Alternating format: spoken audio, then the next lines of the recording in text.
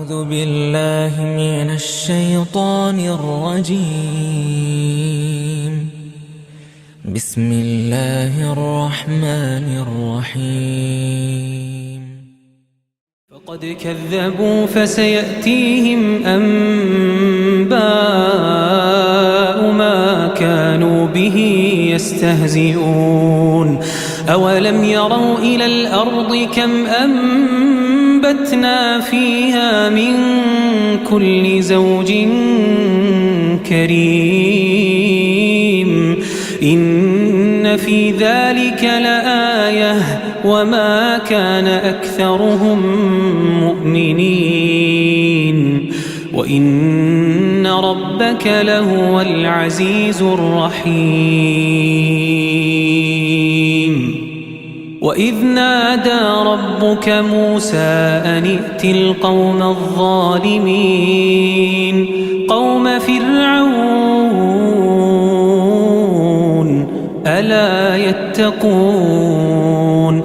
قال رب إني أخاف أن يكذبون ويضيق صدري ولا ينطلق لساني فأرسل إلى هارون ولهم علي ذنب فأخاف أن يقتلون. قال كلا فاذهبا بآياتنا إنا معكم مستمعون. അസ്സലാമു അലൈക്കും വറഹ്മത്തുള്ളാഹി വബറകാതുഹു. ഖുർആൻ പദം 1263 ദിവസത്തിലേക്ക് എല്ലാവരെയും ഹാർദമായി സ്വാഗതം ചെയ്യുന്നു. വിശുദ്ധ ഖുർആനിലെ 26ാമത്തെ അധ്യായമായ സൂറത്ത് ശുഅറാഇന്റെ പഠനത്തെ തുടർന്നുള്ള 3-ാം ദിവസ ചർച്ചയാണിന്ന്. ചർച്ചക്കാരൻ മുൻകുറിക്കുന്നതിനായി ആദരണീയനായ ഡോക്ടർ എ.ഐ. വിലായത്തുള്ള സാഹിബിനെ ക്ഷണിക്കുന്നു. അസ്സലാമു അലൈക്കും വറഹ്മത്തുള്ളാഹി വബറകാതുഹു. അഊദു ബില്ലാഹി മിനശ് ശൈത്വാനിർ റജീം. ബിസ്മില്ലാഹിർ റഹ്മാനിർ റഹീം. ഫഖദ് കദ്ദബൂ ഫസയഅതീഹിം അൻബാഉ മാ കാനൂ ബിഹി യസ്തഹ്സിഊൻ. അവലം യറൗ ഇലൽ അർദി കം അൻബത്നാ ഫീഹാ മിൻ കുല്ലി സൗജിൻ കരീം إن في ذلك لآية وما كان أكثرهم مؤمنين وإن ربك لهو العزيز الرحيم. وإذ نادى ربك موسى أن ائت القوم الظالمين قوم فرعون لا يتقون. قال رب إني أخاف أن يكذبون ويضيق صدري ولا ينطلق لساني فأرسل إلى هارون ولهم علي ذنب فأخاف أن يقتلون.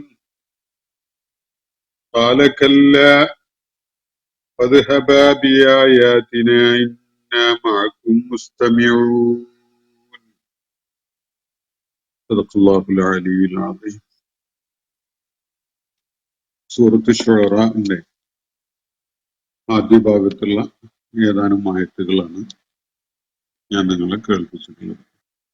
സൂറത്ത് ശുഅറാ 227 ആയത്തുകൾ അടങ്ങിയിട്ടുള്ള വിശുദ്ധ ഖുർആനിലെ 26ാമത്തെ അധ്യായമായിരുന്നു. നമ്മൾ അതിന്റെ പഠനം കഴിഞ്ഞ 2 ദിവസങ്ങൾക്ക് മുമ്പായിട്ട് പൂർത്തീകരിക്കുകയുണ്ടായി. അതിനെ തുടർന്ന് ഇവിടെ അയച്ചു കിട്ടിയിട്ടുള്ള ചോദ്യങ്ങൾക്ക് ഉള്ള പ്രതികരണം അല്ലെങ്കിൽ അതുമായി ബന്ധപ്പെട്ടുകൊണ്ടുള്ള വിശദീകരണങ്ങളാണ് 2 ദിവസമായി നൽകിക്കൊണ്ടിരിക്കുന്നത്. ഇന്നൊരു ദിവസം കൂടി ആ ഒരു ആവശ്യത്തിനു വേണ്ടി മാറ്റിവെക്കാം എന്നാണ് ഉദ്ദേശിച്ചത്. 2-3 ചോദ്യങ്ങൾ ഇവിടെ അയച്ചു കിട്ടിയത് ഉള്ളത് ആദ്യം പരിഗണിക്കാം. അതിനെ തുടർന്ന് ആർക്കെങ്കിലും ലൈവായിട്ട് ചോദിക്കാൻ താല്പര്യമുണ്ടെങ്കിൽ ഈ അവസരം പ്രയോജനപ്പെടുത്താവുന്നതാണ്. ഒന്ന്, ഒരു വസ്തുത ചോദിച്ചറിയുന്ന ഒരു ചോദ്യമാണ്. മൂസാ നബി അലൈഹിസ്സലാം വടി ഉപയോഗിച്ച് കടന്നുപോയത് നദിയാണോ കടലാണോ, ചെങ്കടലോ നൈൽ നദിയോ? ചരിത്രപരമായ എന്തെങ്കിലും തെളിവുണ്ടോ എന്നാണ് ചോദ്യം. ഇതില് മൂസ അലൈഹിസ്സലാം ഫിറഔന്റെയും സൈന്യത്തിന്റെയും പിടിയിൽപ്പെടാതെ രക്ഷപ്പെടുന്നതിന് വേണ്ടി ബനൂ ഇസ്രായേലുമായി ഈജിപ്തിൽ നിന്ന്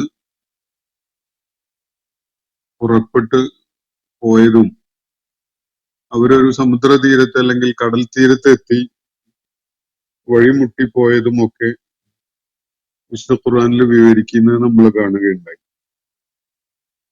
ബൈബിളിലും വിശദമായ വിശദീകരണങ്ങൾ ഇത് സംബന്ധമായിട്ട് കാണാൻ കഴിയും. ഓൾഡ് ടെസ്റ്റമെന്റിന്റെ പുറപ്പാട് പുസ്തകത്തില് എക്സോഡസ് സെക്ഷനിൽ ഒരു 10-15 വേഴ്സസ് ഇതും സംബന്ധമായിട്ടുള്ളതാണ്. ഇവിടേക്കുള്ള പരാമർശങ്ങളില് മൂസ അലൈഹിസ്സലാം വടി ജലത്തിലടിച്ച് വളരെ ഉണങ്ങി വരണ്ട ഒരു പാതയൊരുങ്ങി വന്ന കാര്യം പരാമർശിക്കപ്പെടുന്നുണ്ട്. അത് റെഡ് സീ ആണ്, ചെങ്കടലാണ്. ചെങ്കടലിന്റെ തീരത്താണ് അവരെത്തിയിരുന്നതും ചെങ്കടല് മുറിച്ച് കടന്നുകൊണ്ടാണ് അവര് സിനായ് മരുഭൂമിയിലേക്ക് എത്തുന്നതും. ഭൂമിശാസ്ത്രപരമായിട്ട് പരിശോധിക്കുമ്പോൾ ബനൂ ഇസ്രായേൽ സമൂഹം ദീർഘമായൊരു കാലം സിനായ് മരുഭൂമിയിൽ അലഞ്ഞു നടന്ന ഒരു കാര്യം വിശുദ്ധ ഖുർആൻ പരാമർശിക്കുന്നുണ്ട്. അത് ഈ ചെങ്കടൽ കടന്ന് അവര് ചെങ്കടലിന്റെ മറുകരയിൽ എത്തിയിട്ട് പിന്നെ ഫലസ്തീൻ ലക്ഷ്യമാക്കിക്കൊണ്ടുള്ള അവരുടെ പ്രയാണത്തിനിടക്കാണ് അതില് അവരുടെ നാട് തിരിച്ചു പിടിക്കുന്നതിന് അവർക്ക് നിർദ്ദേശം നൽകപ്പെട്ടപ്പോ അതിൽ അവർ കാണിച്ച അവരെടുത്ത നിലപാടുകളുടെയൊക്കെ ഫലമായിട്ടാണ് അള്ളാഹു മരുഭൂമിയിൽ അവർ കുറച്ചു കാലം അലയേണ്ടതുണ്ട് എന്ന് തീരുമാനിക്കുകയും അവരെ മരുഭൂമിയിൽ അലയാൻ വിടുകയൊക്കെ ചെയ്യുന്നത്. അപ്പൊ ഇത് സിനായ് മരുഭൂമിയിലേക്ക് എത്തുന്ന വിധത്തിലാണ് ഇവര് ഈ ഈ ജലപാത അല്ലെങ്കിൽ ജലത്തെ പിളർത്തി 2 ഭാഗങ്ങളാക്കിക്കൊണ്ടങ്ങ് കടന്നു പോയിട്ടുള്ളത് എന്നതാണ് വസ്തുത. അപ്പോ സിനായ് മരുഭൂമിയിൽ എത്തുന്ന വിധത്തിലുള്ള ഒരു സാധ്യത, അതിനൊരു പ്രത്യേക സ്പോട്ടൊക്കെ അവര് ഐഡന്റിഫൈ ചെയ്യുന്നുണ്ട് ചരിത്രകാരന്മാരും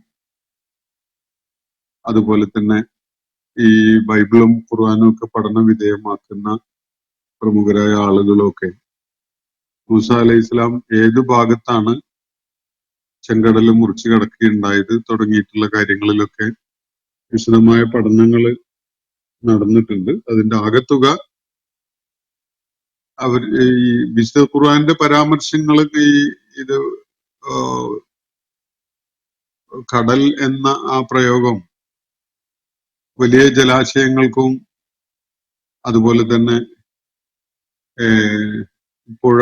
പുഴകൾക്കും അരുവികൾക്കും ഒക്കെയുള്ള പ്രയോഗങ്ങളായിട്ട് പലയിടത്തും അങ്ങനെ ഉണ്ട്. അതുകൊണ്ട് വ്യത്യസ്ത സാധ്യതകൾ ആ ഭാഷാപരമായ തലത്തിലുണ്ടെങ്കിലും ചരിത്രപരമായ സംഭവങ്ങൾ ചേർത്ത് വെക്കുമ്പോൾ അത് ചെങ്കടലാണ് മൂസ അലൈഹി ഇസ്ലാമും അനുയായികളും മുറിച്ചു കടന്നത് എന്നതും അതിനെ തുടർന്ന് അവര് സിനായി മരുഭൂമിയിലാണ് 10-40 വർഷം കഴിച്ചുകൂട്ടിയത് എന്നതും ഒക്കെയാണ് മനസ്സിലാക്കാൻ സാധിക്കുന്നത്.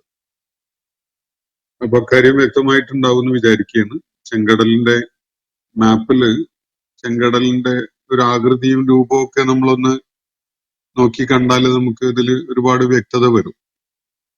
മുറിച്ചു കടന്ന് അക്കരെ എത്താവുന്ന മാത്രം വീതിയുള്ള ഒരു ഉൾക്കടല് പോലെയുള്ള ഒരു പ്രതിഭാസമാണ് ചെങ്കടല്. അത് സാധാരണ നമ്മൾ കാണുന്ന സീ എന്നോ ഓഷ്യൻ എന്നൊക്കെ പറയുന്ന പ്രയോഗങ്ങൾ കൊണ്ട് പരാമർശിക്കപ്പെടുന്ന വിധത്തിലുള്ള വലിയ സമുദ്രമോ വലിയ കടലോ ഒന്നുമല്ല. എന്നാൽ ഒരു പുഴയുടെ വീതിയല്ല, വളരെ വീതി കൂടിയൊരു പുഴ എന്നോ അല്ലെങ്കിൽ വലിപ്പം കുറഞ്ഞ ഒരു കടല് എന്നൊക്കെ പറയാവുന്ന ഒരു സ്വഭാവവും പ്രകൃതവുമാണ് ചെങ്കടലിന് കാണാൻ സാധിക്കുക. അപ്പൊ അതില് പറയത്തക്ക സങ്കീർണതകളൊന്നും അവശേഷിക്കുന്നില്ല എന്നാണ് ഞാൻ മനസ്സിലാക്കുന്നത്. അല്ലാഹു അഅലം. മറ്റൊരു ചോദ്യം, ഇത് റിസ്വി ആണ് ഈ ചോദ്യം ഉന്നയിച്ചിരുന്നത്. മറ്റൊരു ചോദ്യം ചിന്മയുടെ പ്രൊഫൈലിൽ നിന്നാണ്. മുഹമ്മദ് നബി ഏകദൈവം എന്ന നിലയിൽ ദൈവത്തെ അവതരിപ്പിച്ചത് ജനങ്ങളെ ഒരു പ്രത്യേക കേന്ദ്രത്തിൽ സംഘടിപ്പിക്കാനും ആ സംഘടിത ശക്തിയെ തന്റെ താല്പര്യങ്ങൾക്കായി ഉപയോഗിക്കാനുമായിരുന്നില്ലേ? ഏകദൈവം ആ ദൈവത്തിന്റെ അന്ത്യപ്രവാചകന്റെ അതിന്റെ യുക്തി മനസ്സിലാക്കാൻ എളുപ്പമല്ലേ എന്നതാണ് ചിന്മയ ആവർത്തിച്ച് ചോദിക്കുന്ന ഒരു കാര്യം. ചിന്മയുടെ ഇതേ ആശയം വരുന്ന ഒരുപാട് ചോദ്യങ്ങൾ നേരത്തെയും വന്നിട്ടുണ്ട്. ഇത് അദ്ദേഹം സ്വയം മനസ്സിലാക്കുക എന്നുള്ള ഒരു സാധ്യത മാത്രമേ ഇനി അവശേഷിക്കുന്നുള്ളൂ. ഞാൻ ഈ സംബന്ധമായിട്ട് ഒരുപാട് വിശദീകരണങ്ങൾ നൽകിയിട്ടുള്ളതാണ്. മുഹമ്മദ് നബി സല്ലല്ലാഹു അലൈഹി വസല്ലം ഒരു ഗൂഢമായ ഗുപ്തമായ ഒരു ലക്ഷ്യം മനസ്സിൽ കണ്ടുകൊണ്ട് ജനങ്ങളെ സംഘടിപ്പിക്കാൻ ഒരു എളുപ്പതന്ത്രം എന്നുള്ള നിലക്ക് ഏകദൈവത്വവും പ്രവാചകത്വവും ഒക്കെ ഉയർത്തിപ്പിടിച്ച് രംഗത്ത് വരികയായിരുന്നു എന്നാണ് ഇദ്ദേഹത്തിന്റെ അനുമാനം. ഈ മനസ്സിലാക്കേണ്ട ഒരു കാര്യം, അങ്ങനെയുള്ള ഒരു വലിയ ചതിയാണ് മാതല്ല, അങ്ങനെയൊന്നും ആലോചിക്കുന്നത് തന്നെ ശരിയല്ല. എന്തായാലും അങ്ങനെ ഒരു വലിയ ചതിയാണ് മുഹമ്മദ് നബി സല്ലല്ലാഹു അലൈഹി വസല്ലം ഉദ്ദേശിച്ചിട്ടുണ്ടായിരുന്നെങ്കിൽ ഒന്ന് ഈ അങ്ങനെയുള്ള ചതി ഒന്നും ചരിത്രത്തില് ദീർഘകാലം അങ്ങനെ മറച്ചു പിടിച്ചുകൊണ്ട് നിലനിൽക്കാറില്ല. കുറഞ്ഞ കാലത്തിനുള്ളിൽ തന്നെ പൊട്ടിപ്പൊളിഞ്ഞ് എല്ലാവർക്കും മനസ്സിലാകുന്ന വിധത്തില് വ്യക്തമാകും. അങ്ങനെയുള്ള ചതിയന്മാരും അക്രമികളും ഒക്കെ തന്നെ ചരിത്രത്തിൽ അവരുടെ കാലം കഴിഞ്ഞതോടെയെങ്കിലും അവരുടെ തനിനിറം വെളിപ്പെടുകയും ലോകം അവരെ തിരിച്ചറിയുകയൊക്കെ ചെയ്തിട്ടുണ്ട്. അങ്ങനെയില്ലാത്ത ചതിയന്മാരോ അക്രമികളോ അല്ലെങ്കിൽ ഇങ്ങനത്തെ ഗൂഢലക്ഷ്യങ്ങളുമായിട്ട് രംഗത്ത് വന്നവരൊന്നും നമുക്ക് കാണാനേ സാധ്യമല്ല. മുഹമ്മദ് നബി സല്ലല്ലാഹു അലൈഹി വസല്ലമയുടെ നേരത്തെ ഇത് പിശാചുക്കൾ അവതരിപ്പിച്ചതല്ല വിശുദ്ധ ഖുർആൻ എന്നൊരു സൂചന നിങ്ങൾ കണ്ടല്ലോ സൂറത്ത് ശൂറയിൽ. അത് തന്നെയാണ് ഇതിനും മറുപടി. യഥാർത്ഥത്തിൽ വിശുദ്ധ ഖുർആൻ മുന്നോട്ട് വെക്കുന്ന ഏറ്റവും ഗംഭീരമായ ഒരു ആശയവും ഒരു ആദർശവും അതിനെ അടിസ്ഥാനപ്പെടുത്തിക്കൊണ്ടുള്ള ഒരു ജീവിത സരണിയൊക്കെ പിശാചിന്റെ പ്രകൃതമുള്ള ഒരുവന് അവതരിപ്പിക്കാൻ പറ്റുന്ന ഒരു കാര്യമല്ല. അത് അവർക്ക് യോജിപ്പുള്ള ഒരു സംഗതിയല്ല. അതേപോലെ തന്നെയാണ് എന്തെങ്കിലും ഗൂഢലക്ഷ്യം വെച്ചുകൊണ്ട് ജനങ്ങളെ സംഘടിപ്പിച്ച് തനിക്ക് നേതാവാകുക, തന്റെ സ്വാധീനത്തിന് കീഴിൽ ജനങ്ങളെ കൊണ്ടുവരിക, എന്നിട്ട് തനിക്ക് ചോദ്യം ചെയ്യപ്പെടാത്ത ഒരു അധികാരിയാവുക എന്നൊക്കെ ലക്ഷ്യത്തോടു കൂടി മുഹമ്മദ് നബി സല്ലല്ലാഹു അലൈഹി വസല്ലം ഒരു തന്ത്രം എന്ന നിലക്ക് ഏകദൈവത്വം എന്ന കാര്യം പറയുകയും താൻ ആ ഏകനായ ദൈവത്തിന്റെ സന്ദേശവാഹകനായ പ്രവാചകനാണ് എന്ന് പറയുകയൊക്കെ ചെയ്തു എന്ന് പറയുന്നത്, അതില് ഒന്നാമത് ഇത്രയും ഉത്കൃഷ്ടമായ ഒരു ജീവിത സന്ദേശം അത് അങ്ങനെ ചതിയും വഞ്ചനയും ചെയ്യാൻ സാധ്യതയുള്ള ഒരാളുടെ ജിഹ്വയിൽ നിന്ന് ഒരിക്കലും ഉണ്ടാവില്ല. ചരിത്രത്തിൽ അതിന് വേറെ സാക്ഷ്യങ്ങളും കാണാൻ കഴിയില്ല. ഒരു ഭൂലോക ചതിയൻ ഏറ്റവും എന്താ പറയാ ഗൂഢലക്ഷ്യങ്ങളുമായിട്ട് ജനങ്ങളെ സ്വാധീനിക്കാൻ ഇറങ്ങിയിരിക്കുന്ന ഒരു അതിഭീകരനായ ഒരു ഒരു ഒരു വഞ്ചകൻ ഇത്രയും ഉത്കൃഷ്ടമായ കാര്യങ്ങൾ ജനങ്ങളോട് പറയുന്നു എന്നത് തന്നെ വലിയ വൈരുദ്ധ്യമാണ്. പിന്നെ ഒരാൾക്കും ഒരാളെ കുറിച്ചും ബോധ്യപ്പെടുത്തി കൊടുക്കുക എന്നത് സാധിക്കുന്ന ഒരു സംഗതിയല്ല. സ്വയം കണ്ണു തുറക്കുകയും കാര്യങ്ങളെ വിവേചിച്ച് മനസ്സിലാക്കുകയും സത്യസന്ധതയോടുകൂടി വിഷയങ്ങളെ സമീപിക്കുകയൊക്കെ ചെയ്യുമ്പോൾ ഉണ്ടാവേണ്ട ഒരു കാര്യമാണ് ബോധ്യം എന്ന് പറയുന്നത്. അത് നിങ്ങളുടെ ഈ ഇപ്പോ നിങ്ങൾ പറഞ്ഞുകൊണ്ടിരിക്കുന്ന കാര്യങ്ങൾ നിങ്ങളുടെ ബോധ്യങ്ങളാണെങ്കിൽ പിന്നെ നിങ്ങൾക്ക് അതുമായിട്ട് മുന്നോട്ട് പോകാനേ നിർവാഹമുള്ളൂ. നിങ്ങൾക്കത് ബോധ്യമായതല്ല, നിങ്ങളുടെ സംശയങ്ങളാണ് എങ്കിൽ നിങ്ങൾ അത് സംബന്ധമായിട്ട് ആഴത്തില് വിശദമായി വിമർശന ബുദ്ധിയ പഠിക്കുകയും മനസ്സിലാക്കുകയും ഒക്കെ ചെയ്ത് മുന്നോട്ട് പോകുമ്പോൾ നിങ്ങൾക്ക് മുഹമ്മദ് നബി സല്ലല്ലാഹു അലൈഹി വസല്ലം ആരായിരുന്നു, എന്തായിരുന്നു, അദ്ദേഹം എന്തിനു വേണ്ടി നിലക്കൊണ്ടു തുടങ്ങിയ കാര്യങ്ങൾ ഒക്കെ നിങ്ങൾക്ക് ബോധ്യപ്പെടും. ചരിത്രത്തില് മുഹമ്മദ് നബി സല്ലല്ലാഹു അലൈഹി വസല്ലമയെ വായിക്കുകയോ പഠിക്കുകയോ മനസ്സിലാക്കുകയോ ചെയ്തിട്ടുള്ള സമീപകാല ചരിത്രകാരന്മാര് സത്യസന്ധതയോടുകൂടി അദ്ദേഹത്തിന്റെ ജീവിതത്തെ വിലയിരുത്തിയവരൊക്കെ തന്നെ അള്ളാഹുവിന്റെ പ്രവാചകനായിട്ടും ലോകത്തെ ഏറ്റവും വലിയ ദൗത്യം നിർവഹിച്ച, ലോകത്തെ ഏറ്റവും ഏറെ സ്വാധീനിച്ച ഒരു ഒരു ഒരു സന്ദേശവാഹകനായിട്ടും ഒക്കെ ഉൾക്കൊണ്ടുകൊണ്ടാണ് അവരുടെ പഠനം അവസാനിപ്പിച്ചിട്ടുള്ളത്. ആ ഒരു പ്രക്രിയയിലേക്ക് താങ്കൾക്കും അവസരമുണ്ട്. താങ്കളെ അതിനുവേണ്ടി ഞാൻ സ്വാഗതം ചെയ്യുകയാണ്. അതിൽ കൂടുതലൊന്നും എനിക്ക് അക്കാര്യത്തില് പറയാനില്ല. വേണമെങ്കിൽ ഒരു യുക്തി ചിന്ത എന്നുള്ള നിലക്ക് നിങ്ങൾക്ക് ആലോചിക്കാവുന്നതാണ്.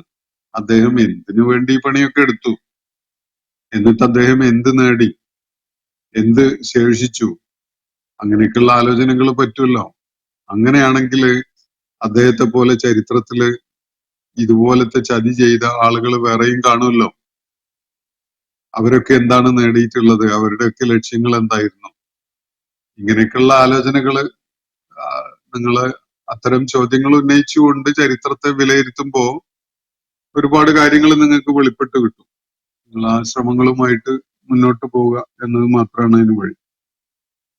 മറ്റൊന്ന്, ഒരു ചോദ്യം ഹമീദ് മേത്തറാണ് അയച്ചിരിക്കുന്നത്. ഇസ്രായേലിനുള്ള US പിന്തുണയും US-നുള്ള മുസ്ലിം രാഷ്ട്രങ്ങളുടെ പിന്തുണയും മുസ്ലിം രാഷ്ട്രങ്ങളും ഇസ്രായേൽ രാഷ്ട്രവും തമ്മിലുള്ള യുദ്ധങ്ങളും തുടർന്നു പോരുന്ന വെടിനിർത്തലുകളിലും ഒളിഞ്ഞുകിടക്കുന്ന രാഷ്ട്രീയം, യുദ്ധങ്ങൾക്ക് ഇസ്ലാമിക രാഷ്ട്രങ്ങളുടെ പിന്തുണയും US-നുണ്ട് എന്നൊക്കെയുള്ള ഒരു നിരീക്ഷണമാണ് അദ്ദേഹത്തിൻ്റെത്. അതില് വലിയ ശ്രദ്ധേയമായ ചില കാര്യങ്ങൾ അടങ്ങിയിട്ടുണ്ട് അദ്ദേഹം ഉന്നയിക്കുന്ന സംഗതികളിൽ. ഇസ്രായേലിന് US-ന് പിന്തുണയുണ്ട്, US-ന്റെ പിന്തുണയുണ്ട്. ഇസ്രായേലിൽ സ്ഥാപിക്കപ്പെടുന്ന ഘട്ടം മുതൽ തന്നെ അത് യഥാർത്ഥത്തിൽ യൂറോപ്യൻ ശക്തികളുടെ ഉപജാപത്തിന്റെ ഫലമായിട്ടാണ് ഇസ്രായേൽ എന്ന രാജ്യം മധ്യപൗരസ്ത്യ ഭൂപ്രദേശത്തെ ഫലസ്തീൻ എന്ന ടെറിട്ടറിയിൽ സ്ഥാപിതമാവുന്നത്. അത് അവരുടെ ഒരു ഗൂഢപദ്ധതിയുടെ, സയനിസത്തിന്റെ ആസൂത്രണത്തിന്റെ ഫലമായിട്ട് ആണ് അത് നിലവിൽ വരുന്നത്. സയനിസം അതിനുവേണ്ടി പരിഗണിച്ചിരുന്ന വേറെയും 1-2 ഇടങ്ങൾ ഉണ്ടായിരുന്നു. അമേരിക്കയിലെ ലോസ് ഏഞ്ചലസ് പ്രദേശം ഇസ്രായേൽ സ്ഥാപിക്കാൻ വേണ്ടി പരിഗണിക്കപ്പെട്ടിരുന്ന ഒരു ഭൂപ്രദേശമാണ്. അതുപോലെ വെസ്റ്റിലെ മറ്റൊരു ഇടവും, എനിക്ക് തോന്നുന്നു അർജന്റീനയിലോ മറ്റോ ആണെന്ന് തോന്നുന്നു. എന്തായാലും ഇങ്ങനെയുള്ള പരിഗണനകളൊക്കെ അവർ നടത്തിയിട്ടുണ്ടായിരുന്നു. ഈ സയനിസത്തിന്റെ ചരിത്രവും അതിന്റെ പ്രവർത്തനങ്ങളൊക്കെ വായിച്ച് മനസ്സിലാക്കിയാൽ അത് ബോധ്യപ്പെടും. പിന്നീട് അത് തീരുമാനമായി വന്ന് മധ്യപൗരസ്ത്യ ഭൂപ്രദേശം വെട്ടിമുറിച്ച് ഈ ഖിലാഫത്തിന്റെ പതനം നടക്കാൻ വേണ്ട ബാഹ്യമായ സാഹചര്യങ്ങൾ ഒരുക്കി അറബ് ഭൂപ്രദേശങ്ങളിൽ ഉണ്ടായിരുന്നവരെ തുർക്കി ഖിലാഫത്തിനെതിരെ തിരിച്ചുവിട്ട് അങ്ങനെ ഇസ്ലാമിക ലോകത്തെ തകർക്കുകയും പിളർക്കുകയും ഒക്കെ ചെയ്തതിന് ശേഷം മധ്യപൗരസ്ത്യ ഭൂപ്രദേശത്ത് വളരെ വഞ്ചനാത്മകമായ രീതിയിൽ അങ്ങനെ ഒരു രാജ്യം സ്ഥാപിച്ചെടുക്കുകയാണ് അമേരിക്കയും അമേരിക്കയെ പിന്തുണച്ചിരുന്ന ശക്തികളും ഒക്കെ തന്നെ. വേറൊരു ആംഗിളിൽ വായിക്കുമ്പോൾ അവരൊക്കെ അനുഭവിച്ചിരുന്ന കൂടുതലും ക്രൈസ്തവരാണല്ലോ. അവരനുഭവിച്ചിരുന്ന യഹൂദ സാന്നിധ്യം എന്ന അവരെ സംബന്ധിച്ചിടത്തോളം വലിയ ശല്യമായിട്ട് അവർ കണ്ടിരുന്ന ഒരു സംഗതി. ആ യഹൂദ ശല്യം ഒഴിവായി കിട്ടാൻ വേണ്ടി അവര് അവരുടെ ഭൂപ്രദേശങ്ങളിൽ നിന്ന് യഹൂദരുടെ സാന്നിധ്യം എന്ന ആ വലിയ നോയ്സൻസ് അവർക്ക് ഒഴിവായി കിട്ടാൻ വേണ്ടി അവര് ആസൂത്രണം ചെയ്ത ഒരു കാര്യമാണ് എന്നതാണ് വസ്തുത. അങ്ങനെ സ്ഥാപിക്കപ്പെട്ട ഇസ്രായേൽ അന്ന് മുതൽ ഇന്ന് വരെ അതിന്റെ വളർച്ചയും പരിണാമങ്ങളും ഒക്കെ നേടിയിട്ടുള്ളത് 100% അമേരിക്ക നിയമാനുസൃതം ആക്കിക്കൊണ്ടും നിയമാനുസൃതമാക്കാതെ തനി പോക്കിരിത്തരം കാണിച്ചുകൊണ്ടും ഒക്കെ ഇസ്രായേലിനെ പിന്തുണച്ചു നിന്നത് കൊണ്ടാണ് ഇസ്രായേലിന് ചുവടുവെപ്പ് നടത്താൻ സാധിച്ചതും അവർക്ക് പിടിച്ചു നിൽക്കാൻ കഴിഞ്ഞതും ഒക്കെ തന്നെ. ഇപ്പോ വലിയ വികസനമൊക്കെ ഉണ്ടാക്കിയെടുത്ത ഒരു രാജ്യമായിട്ട് ഇസ്രായേലിന് ഉയർന്നു വരാൻ സാധിച്ചിട്ടുള്ളത് ഒരു ദീർഘമായൊരു കാലം അമേരിക്കയുടെ പാറ്റേണേജ് ലഭിച്ചത് കൊണ്ട് തന്നെയാണ്. ഇന്നും പല കാര്യങ്ങളിലും അമേരിക്കയുടെ പിന്തുണ അവർക്ക് ലഭിക്കുന്നില്ലെങ്കിൽ ഒരിക്കലും തന്നെ ഇസ്രായേലിന് ലോകത്ത് പിടിച്ചു നിൽക്കാൻ സാധിക്കുകയില്ല എന്നതാണ് വസ്തുത. പിന്നെ US-നുള്ള മുസ്ലിം രാഷ്ട്രങ്ങളുടെ പിന്തുണയുടെ കാര്യം ഇവിടെ സൂചിപ്പിക്കപ്പെടുന്നു. US-നുള്ള മുസ്ലിം രാജ്യങ്ങളുടെ പിന്തുണ എന്ന് പറയുന്നതിനേക്കാൾ അറബ് ഭൂപ്രദേശങ്ങളെ നേരത്തെ ഇവര് വെട്ടിമുറിച്ച് ചില കുടുംബങ്ങളുടെ അധികാരത്തിൽ ആക്കി മാറ്റിയിട്ടുണ്ടായിരുന്നു. ഇസ്ലാമിക വ്യവസ്ഥയോ ഇസ്ലാമിന്റെ രാഷ്ട്രീയ രൂപങ്ങളോ ഘടനയോ ഒന്നുമല്ല അത്തരം ഭൂപ്രദേശങ്ങളിൽ ഉള്ളത്. അതൊക്കെയും കുടുംബവാഴ്ചകളാണ്. അത്തരം കുടുംബങ്ങളെ അവർ കണ്ടെത്തി അവരുടെ കയ്യിൽ സംഗതി ഏൽപ്പിച്ചുകൊണ്ട് പിന്നെ അവരുടെ താല്പര്യങ്ങള് ഈ കുടുംബങ്ങൾ മുഖേനയാണ് ഓപ്പറേറ്റ് ചെയ്യപ്പെടുന്നത്. ഈ കുടുംബങ്ങളെ സംബന്ധിച്ചിടത്തോളം അവർക്ക് പ്രാദേശികമായിട്ടുള്ള പൊളിറ്റിക്കൽ അൺറസ്റ്റ് ഉണ്ടാവാതിരിക്കണമെങ്കിൽ അവർ ഇസ്ലാമിന്റെ ഒരു മൂടുപടം അണിഞ്ഞുകൊണ്ട് നിൽക്കണം എപ്പോഴും. കാരണം അവിടെയുള്ള ജനങ്ങൾ മുസ്ലിങ്ങളാണ് എന്നുള്ളത് കൊണ്ട് അവരെ വല്ലാതെ പ്രകോപിപ്പിക്കാത്ത വിധത്തിൽ ഞങ്ങളൊക്കെ ഇസ്ലാമിന്റെ ആളുകൾ തന്നെയാണ്, അല്ലെങ്കിൽ ഞങ്ങളെപ്പോലെ ആവലാണ് ഇസ്ലാം എന്നൊക്കെ വരുത്തി തീർക്കലാണ് അവര് പിന്നീട് ചെയ്തുകൊണ്ടിരുന്നതൊക്കെ തന്നെ. എല്ലാ മുസ്ലിം രാജ്യങ്ങളുടെയും കഥ ഇങ്ങനെയൊക്കെയാണ്. അപ്പോ നേരത്തെ സഖ്യകക്ഷികൾ, അമേരിക്ക ഉൾപ്പെടുന്ന സഖ്യകക്ഷികള് 2ാം ലോക യുദ്ധത്തിനെ തുടർന്ന് ആ പ്രദേശങ്ങളിൽ ചില മാറ്റങ്ങൾ സൃഷ്ടിച്ച് അവിടുത്തെ ഭൂപ്രദേശങ്ങളുടെ അതിർവരമ്പുകൾ നിർണയിച്ച് ചില അധികാരി കുടുംബങ്ങളെ എല്ലായിടങ്ങളിലും ചുമതല ഏൽപ്പിച്ച് പിന്നെ ആ കുടുംബങ്ങൾ അധികാരം വാഴുന്നതിന്റെ ചില രഹസ്യങ്ങൾ നമുക്കത് സൂക്ഷ്മമായിട്ട് നിരീക്ഷിച്ചാൽ കാണാൻ കഴിയും. ഒന്ന്, ആഭ്യന്തരമായിട്ട് വലിയ അസംതൃപ്തി ഉണ്ടാക്കാത്ത വിധത്തില് അവർ ഇസ്ലാമിന്റെ ആളുകളാണ് എന്നത് അവർക്ക് വരുത്തി തീർക്കാൻ സാധിക്കണം. അതാണ് ഒരു കാര്യം അവർ ശ്രദ്ധിച്ചിട്ടുള്ളത്. രണ്ടാമത്തത്, ബാഹ്യമായിട്ട് യുണൈറ്റഡ് സ്റ്റേറ്റ്സിന്റെ പിന്തുണ, സൈനികവും മറ്റുമൊക്കെ ആയിട്ടുള്ള പിന്തുണ അവർക്ക് എപ്പോഴും ഉണ്ട് എന്നത് അവർ ഉറപ്പുവരുത്തിക്കൊണ്ടിരിക്കും. ഇല്ലെങ്കിൽ നമ്മളെ കൺമുന്നിലുള്ള ചില ചിത്രങ്ങളുണ്ട്. സദ്ദാം ഹുസൈന്റെ ഇറാഖും അതുപോലെ മുഹമ്മദ് ഗദ്ദാഫിയുടെ ലിബിയയും ഒക്കെ നേരിട്ട പോലെയുള്ള പ്രതിസന്ധികളിലേക്ക് അവർ എടുത്തെറിയപ്പെടും എന്നത് വളരെ സ്വാഭാവികതയുള്ള ഒരു സംഗതിയാണ്. ഈജിപ്തിലും മുർസിയുടെ ഈജിപ്തും ഒക്കെ അങ്ങനെ തന്നെയാണ്. അപ്പോ അമേരിക്കയുടെ പിന്തുണ ഇല്ലാതെ അവർക്ക് പിടിച്ചു നിൽക്കാൻ കഴിയുകയില്ല എന്ന ഒരു വസ്തുത ഈ ഭരണാധികാരികൾക്കൊക്കെ അറിയാം. അതിന്റെ കാരണം അവരെ അധികാരത്തില് കുടിയിരുത്തിയിട്ടുള്ളത് അമേരിക്കയുടെ നേതൃത്വത്തിലുള്ള ആ ഗ്ലോബൽ ഓർഡറാണ്, അല്ലെങ്കിൽ ആ സംവിധാനമാണ്. അവര് നിലനിന്ന് പോരുന്നതിനും ആ കാര്യമാണുള്ളത്. മറിച്ച് ഏതൊരു രാജ്യത്തിന്റെയും യശസ് ഉയരുന്നത് ആ നാട്ടിലെ ജനങ്ങളുടെ ഇനീഷ്യേറ്റീവില് അവിടെ ഒരു രാഷ്ട്രീയ സംവിധാനം ഉണ്ടായി വരികയും ബാഹ്യശക്തികളെ അവരുടെ ആഭ്യന്തരമായ കാര്യങ്ങളിലോ വിദേശ നയങ്ങളിലോ ഇടപെടാൻ അവസരം കൊടുക്കാതിരിക്കുകയും ചെയ്യുന്നതിലാണ് ഒരു സമൂഹത്തിന്റെ യശസ് കുടികൊള്ളുന്നത്. പക്ഷെ ഇവിടെ അങ്ങനെ ഒരു സംഗതിയല്ല അറബ് നാടുകളിലൊന്നും ഉണ്ടായത്. രണ്ട് രീതിയിലാണ് അവർ ആ സ്ട്രാറ്റജി നടപ്പിലാക്കുന്നത്. ഒന്ന്, തങ്ങളാണ് ഇസ്ലാമിന്റെ ആളുകൾ എന്ന് വരുത്തുകയും ജനങ്ങളെ അവര് ഇസ്ലാമിന്റെ എതിർപക്ഷത്താണ് എന്ന തോന്നല് ഉണ്ടാക്കാതിരിക്കാൻ വേണ്ട മുൻകരുതലുകളൊക്കെ ചെയ്തുകൊണ്ട് നിലകൊള്ളുക. രണ്ടാമത്തത് വൈദേശികവും അതുപോലെ ബാഹ്യവുമായ വിദേശ നയങ്ങളൊക്കെ ആയിട്ട് ബന്ധപ്പെട്ടുകൊണ്ടുള്ള വിഷയങ്ങളിൽ എപ്പോഴും അമേരിക്കയുടെ പക്ഷത്ത് നിലകൊള്ളുക എന്നുള്ളത്. അപ്പോൾ ബാഹ്യമായ ഭീഷണി ഇല്ലാതെ ആവും, ആഭ്യന്തരമായ ഭീഷണിയെ അവര് ഈ നിലക്ക് കെടുത്തി കളയുകയും ചെയ്യും. അങ്ങനെയാണ് ഈ അറബ് രാജ്യങ്ങൾ നിലനിന്നു പോരുന്നതും അവരുടെ പ്രവർത്തനങ്ങൾ ഒക്കെ നടക്കുന്നതൊക്കെ തന്നെ.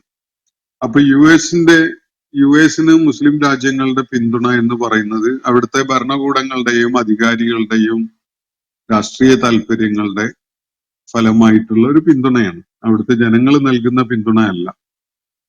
അപ്പോ പിന്നെ മുസ്ലിം രാജ്യങ്ങൾ ഇസ്രായേലിനെ രഹസ്യമായി സഹായിക്കുന്നവരും അവരെ വെച്ച് പൊറുപ്പിക്കുന്നവരും ഒക്കെയായിട്ട് കാണുന്നതും ഇതേപോലെയുള്ള രാഷ്ട്രീയ താല്പര്യങ്ങളാണ്. ഇസ്രായേലിനോട് ഒരു ശാസ്ത്രവം മുസ്ലിം രാജ്യങ്ങൾ കാണിക്കുകയാണെങ്കിൽ, ഇസ്രായേലിന് ഭീഷണിയാവുന്ന വിധത്തിലുള്ള നിലപാടുകൾ സ്വീകരിക്കുകയാണെങ്കിൽ അത് അമേരിക്കയെ പ്രകോപിപ്പിക്കും എന്നത് ഈ ഭരണാധികാരികൾക്ക് അറിയാം. അതുകൊണ്ട് തന്നെ അവര് വളരെ കരുതലോടുകൂടി മാത്രമേ ഇസ്രായേലിന്റെ കാര്യത്തിൽ ഇടപെടുള്ളൂ. കാരണം അമേരിക്കയെ പ്രകോപിപ്പിക്കുന്നത് അവർക്ക് നിലനിൽപ്പിന് തന്നെ ഭീഷണിയാണ് എന്നത് അവർ മനസ്സിലാക്കുന്നുണ്ട്. അപ്പോ ഇതൊക്കെയാണ് അതിന്റെ ഉള്ളുകള്ളികളായിട്ട് മനസ്സിലാക്കാൻ കഴിഞ്ഞിട്ടുള്ള ഒരു കാര്യം. അതേ സമയത്ത് ഇസ്ലാമിക ലോകത്ത് ഖുദ്സിന് വേണ്ടി പോരാടുന്ന അമേരിക്കയെയും റഷ്യയെയും ഒന്നും ഭയപ്പെടാത്ത മുസ്ലിം പോപ്പുലേഷനും രാജ്യങ്ങളും ഒക്കെ ഉണ്ട്. എല്ലാ മുസ്ലിം പ്രദേശങ്ങളിലും ഈ നിലപാടുള്ള മുസ്ലിം ജനസംഖ്യ വളരെ കൂടുതലുണ്ട്. പക്ഷെ അവിടങ്ങളിലൊന്നും ഭരണം അവരുടെ കയ്യിലോ നിയന്ത്രണത്തിലോ ഒന്നുമല്ല. ചില പ്രദേശങ്ങളിൽ നമുക്ക് ഈ അമേരിക്കയോടും ഇസ്രായേലിനോടും ഒക്കെ തന്നെ വളരെ വ്യക്തമായ വിയോജിപ്പും എതിർപ്പും വേണ്ടി വരികയാണെങ്കിൽ അവരുമായിട്ട് പോരടിക്കാനുള്ള സന്നദ്ധതയും ഒക്കെ ഉള്ളവരായിട്ടും കാണാൻ കഴിയും. അവരുടെ പിന്തുണയും പിൻബലവും ഒക്കെയാണ് ഫലസ്തീൻ പോരാളികൾക്ക് ആ നിലക്ക് കിട്ടിക്കൊണ്ടിരിക്കുന്നത്. മറ്റ് അറബ് രാജ്യങ്ങളുടെ പിന്തുണ കിട്ടുന്നത് പലപ്പോഴും എന്തെങ്കിലും ദുരിതാശ്വാസ ക്ഷേമത്തിനു വേണ്ടിയുള്ള പ്രവർത്തനങ്ങളായിട്ടോ, അല്ലെങ്കിൽ യുദ്ധം കഴിഞ്ഞു സന്ധിയിൽ ഏർപ്പെട്ട് കഴിഞ്ഞാൽ പിന്നെ ആ ഭൂപ്രദേശങ്ങളുടെ പുനർനിർമ്മാണത്തിന് വേണ്ടിയൊക്കെയുള്ള സഹായം എന്നുള്ള നിലക്കൊക്കെയാണ്. അപ്പോ ഇതിൽ വ്യക്തമായ ഒരു വേർതിരിവ് നമുക്കതിൽ അക്കാര്യത്തിൽ കാണാൻ കഴിയും. അമേരിക്കൻ ആധിപത്യത്തെ പിന്തുണച്ചുകൊണ്ട് നിൽക്കുന്ന ഒരു നിലപാട് മുസ്ലിം രാജ്യങ്ങൾ കാണിക്കുന്നത് അവിടെ വാഴ്ച നടത്തുന്ന രാഷ്ട്രീയ അധികാരം കൈയാളുന്ന ആളുകളുടെ നിലപാട് മാത്രമാണ് എന്നത് നമുക്ക് മനസ്സിലാക്കാൻ സാധിക്കും. അപ്പോ അത് സംബന്ധമായിട്ട് അത്രേ പറയേണ്ടതുള്ളൂ എന്നാണ് ഞാൻ മനസ്സിലാക്കുന്നത്. മറ്റൊരു ചോദ്യം, ആദ്യത്തെ പ്രവാചകൻ ആദം അലൈഹിസ്ലാം മുതൽ അന്ത്യദൂതൻ മുഹമ്മദ് നബി സല്ലല്ലാഹു അലൈഹി വസല്ലം വരെയുള്ള പ്രവാചകന്മാര് ഒരേ കാര്യം തന്നെ പ്രബോധനം ചെയ്യുകയുണ്ടായിട്ടും ലോകത്ത് അവിശ്വാസികളാണല്ലോ കൂടുതൽ എന്നാണ് ഒരാള് ചോദ്യമായിട്ട് ഉന്നയിച്ചിരിക്കുന്നത്. അപ്പൊ അത് എന്തുകൊണ്ടാണ് അങ്ങനെ എന്നാണ് അദ്ദേഹത്തിന് അറിയേണ്ടത്. എന്തുകൊണ്ടാണ് അങ്ങനെ എന്ന് ചോദിച്ചാൽ ആ ആളുകള് പല കാരണങ്ങളാലും ഈ ഇസ്ലാമിന്റെ എതിർചേരിയിൽ നിലകൊള്ളുന്ന ആളുകൾ ഇസ്ലാമിനോടുള്ള ശത്രുതയും വിരോധവും ഒക്കെ വെച്ച് പുലർത്തിക്കൊണ്ട് മുന്നോട്ട് പോകുന്നു. പ്രവാചകന്മാരുടെ സന്ദേശം ഉൾക്കൊള്ളാനും അത് പിന്തുടരാനും കൂട്ടാക്കുന്നില്ല എന്നതാണ് വസ്തുത. ഒന്ന്, പലരുടെയും കാര്യത്തില്, ബഹുഭൂരിപക്ഷം വരുന്ന പല സമൂഹങ്ങളുടെയും കാര്യത്തില് അവർക്ക് യഥാർത്ഥ ഇസ്ലാമിന്റെ യഥാർത്ഥ സന്ദേശവും അതിന്റെ യഥാർത്ഥ ദൗത്യവും ഒന്നും അറിയാൻ അവസരമില്ലാതെ പോകുന്നുണ്ട് എന്നൊരു കാര്യം നമുക്ക് കാണാൻ കഴിയും. പക്ഷെ ആധുനിക കാലഘട്ടത്തിലും ഈ കമ്മ്യൂണിക്കേഷൻ സംവിധാനങ്ങളൊക്കെ വളരെയേറെ പുരോഗമിച്ച ഒരു ഘട്ടത്തില് നമുക്ക് ഏറെയൊന്നും അത് പറയാൻ കഴിയില്ല. പക്ഷെ ഓരോ സമൂഹവും അവര് ശീലിച്ചു വന്ന ചില രീതികളിൽ അങ്ങനെ അള്ളിപിടിച്ചു പോവുകയാണ്. വിഗ്രഹാരാധകര് അവരുടെ മക്കള് സ്വാഭാവികമായിട്ടും വിഗ്രഹാരാധകരായിട്ട് അങ്ങനെ പോകുന്നു. ഒരിക്കൽ പോലും അതിനെക്കുറിച്ച് ഒരു ആലോചന ഉണ്ടാവുന്നില്ല. അപൂർവം ഒറ്റപ്പെട്ട ആരെങ്കിലും ഒക്കെയാണ് അതിന്റെ പൊള്ളത്തരം മനസ്സിലാക്കിയിട്ട് സത്യത്തിന്റെ മാർഗത്തിലേക്ക് വരാൻ വേണ്ടിയുള്ള അന്വേഷണം നടത്തുകയും അതില് ഒരു വിജയത്തിലേക്ക് എത്തുകയൊക്കെ ചെയ്യുന്നത്. ബാക്കിയുള്ള ബഹുഭൂരിപക്ഷം ആളുകളും യാതൊരു ആലോചനയും ഇല്ലാത്ത, കണ്ടതും കേട്ടതും ഒക്കെ പിൻപറ്റി അങ്ങനെ പോരുന്ന അതിന്റെ ആളുകളായിട്ട്, അതിനു വേണ്ടി ശബ്ദമുയർത്തുന്ന ആളുകളായിട്ടൊക്കെ അങ്ങനെ പോരുന്നത് കാണാൻ സാധിക്കും. ലോകത്ത് പല സമൂഹങ്ങളും ഇതിനെക്കുറിച്ചൊന്നും യാതൊരു കൺസേണും ഇല്ലാത്തവരായിട്ട് നിലകൊള്ളുകയും ചെയ്യും. അപ്പോ ആളുകളുടെ മനസ്സിന് മിഥ്യയോടും അതുപോലെ തന്നെ തിന്മയോടും ഒക്കെ തന്നെ ഒരു തൂക്കം അവരുടെ ഹൃദയങ്ങൾക്ക്, മനസ്സുകൾക്ക് ഉണ്ടാകാൻ ഒരു സാധ്യത നിലനിൽക്കുന്നുണ്ട്.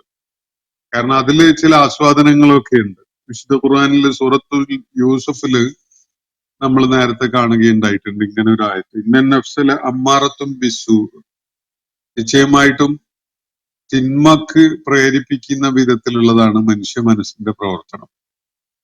അപ്പോ തിന്മയോട്, മ്ലേച്ഛതയോട് ഒക്കെ അതിനോടൊരു ഒരു ആഭിമുഖ്യം, ഒരു തൂങ്ങി നിൽക്കൽ, അതിലേക്ക് തൂങ്ങി നിൽക്കല് മനുഷ്യന് വളരെ എളുപ്പത്തില്, വളരെ സ്വാഭാവികമായ രീതിയിൽ തന്നെ സംഭവിക്കാൻ കഴിയുന്നതാണ്. നന്മയും അതുപോലെ തന്നെ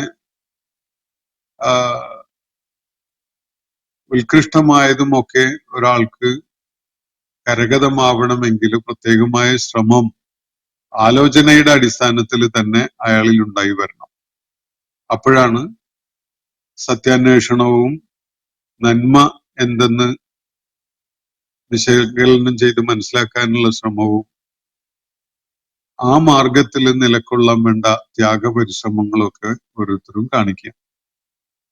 അപ്പോ യഥാർത്ഥത്തിൽ ഇസ്ലാമിക ലോകത്ത് ഇസ്ലാമിക സമൂഹം നിർവഹിക്കേണ്ടിയിരുന്ന വളരെ സുപ്രധാനമായ ഒരു ദൗത്യം, അള്ളാഹുവിന്റെ ദീനിന്റെ സന്ദേശം അവർക്കൊക്കെയും ബോധ്യപ്പെടുന്ന വിധത്തില് അവരിലേക്കൊക്കെ എത്തിച്ചു കൊടുക്കുക എന്നൊരു കാര്യം നിർവഹിക്കപ്പെടുന്നതിൽ വലിയ വീഴ്ച ഉണ്ടായിട്ടുണ്ട്. ഇസ്ലാമിക സമൂഹം നേരത്തെ വളരെ ഫലപ്രദമായി നിർവഹിച്ചിരുന്ന കാര്യമാണതൊക്കെ. ആ കാലഘട്ടങ്ങളില് ഇസ്ലാമിക ഭൂപ്രദേശത്തിന് തന്നെ വലിയ വികസനവും മുന്നേറ്റവും ഒക്കെ വളർച്ചയും ഒക്കെ ഉണ്ടായിരുന്നു എന്നതാണ് വസ്തുത. അത് ഒരുപക്ഷെ ഇസ്ലാമിക സമൂഹം തന്നെ ഛിന്ന ഭിന്നമായി പോയ, ഖിലാഫത്തിന്റെ തകർച്ചയോടുകൂടി ഛിന്ന ഭിന്നമായി പോയതിനെ തുടർന്ന് അതിനു വേണ്ട സംഘടിതമായ പ്രയത്നങ്ങളോ പരിശ്രമങ്ങളോ ഉണ്ടാവുന്നില്ല എന്നതാണ് വസ്തുത.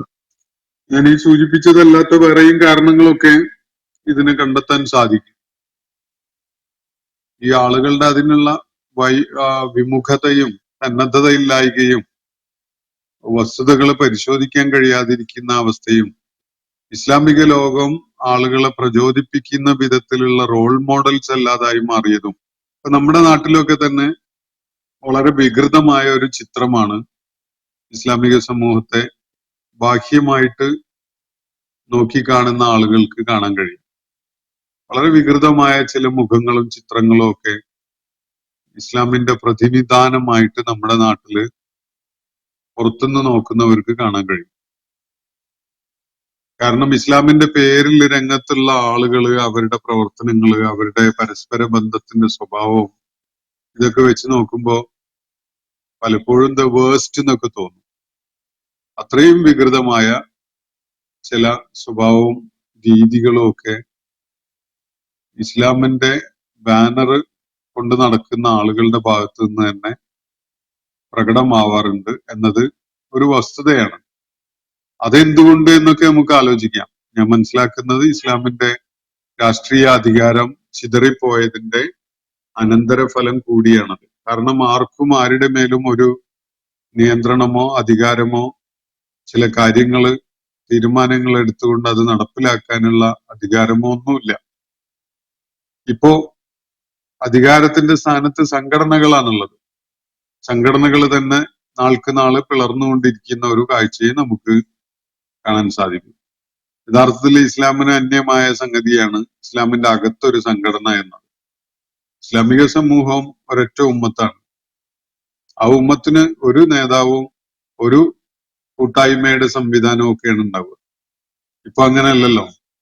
അപ്പൊ വികൃതമായ ഒരു രൂപവും ഘടനയും ചിത്രവും ഒക്കെയാണ് ലോകത്തിന് ഇസ്ലാമിക സമൂഹത്തിലുള്ള നമ്മുടെ നാട്ടിലൊക്കെ വിശേഷിച്ചും. അപ്പൊ ഈ ഒരു അവസ്ഥ നിലനിൽക്കുമ്പോൾ സ്വാഭാവികമായിട്ടും ഇസ്ലാമിനെ പ്രത്യക്ഷത്തില് ആകർഷകമായ ഒരു സംഗതിയായിട്ട് പുറത്തുള്ളവർക്ക് അനുഭവപ്പെടാൻ സാധ്യത വളരെ കുറവാണ്. അപൂർവമായിട്ട് ചിലർ ഇസ്ലാമിലേക്ക് എത്തിപ്പെടുന്നത് അവരുടെ സ്വന്തം നിലക്കുള്ള അന്വേഷണത്തിന്റെ ഫലമായിട്ട് അവർ യാഥാർത്ഥ്യം കണ്ടെത്തുകയും സത്യത്തിലേക്ക് കടന്നു വരികയും ചെയ്യുന്നതുകൊണ്ട് മാത്രമാണ്. ഇതാണ് എനിക്ക് ഇത് സംബന്ധമായിട്ട് ബോധ്യപ്പെട്ടിട്ടുള്ള കാര്യം. അപ്പൊ ഇത്രയുമാണ് ഇവിടെ നമുക്ക് അയച്ചു കിട്ടിയിട്ടുള്ള ചോദ്യങ്ങൾ. വേറെ ചോദ്യങ്ങൾ ആരും ഉന്നയിച്ച് കണ്ടിട്ടില്ല. അതുകൊണ്ട് തൽക്കാലം നമ്മൾ ഈ സൂറത്ത് ഷുഅറയുമായി ബന്ധപ്പെട്ടുകൊണ്ടുള്ള ചോദ്യങ്ങളും നിരീക്ഷണങ്ങളും ഒക്കെ അതിനോടുള്ള പ്രതികരണങ്ങൾ ഇവിടെ അവസാനിപ്പിക്കാമെന്നാണ് വിചാരിക്കുന്നത്. അപ്പോ നമുക്ക് ഇൻഷാ അല്ലാഹ് അടുത്ത ദിവസം വിശുദ്ധ ഖുർആനിലെ 27-ാമത്തെ അധ്യായമായ സൂറത്ത് നംലിന്റെ പഠനം ആരംഭിക്കാം ഇൻഷാ അല്ലാഹ്. അപ്പോ വാഖിറു ദഅ്വാനാ അനിൽ ഹംദുലില്ലാഹി റബ്ബിൽ ആലമീൻ. അസ്സലാമു അലൈക്കും വറഹ്മത്തുള്ളാഹി വബറകാതുഹു. ഇന്നത്തെ ഖുർആൻ പദം ഇവിടെ സമാപിക്കുന്നു. ഖുർആൻ പഠനത്തിൽ പങ്കെടുത്ത എല്ലാവർക്കും അല്ലാഹു അർഹമായ പ്രതിഫലം നൽകി അനുഗ്രഹിക്കട്ടെ. വആഖിറു ദഅ്വാനാ അനിൽ ഹംദുലില്ലാഹി റബ്ബിൽ ആലമീൻ. അസ്സലാമു അലൈക്കും വറഹ്മത്തുള്ളാഹി വബറകാതുഹു.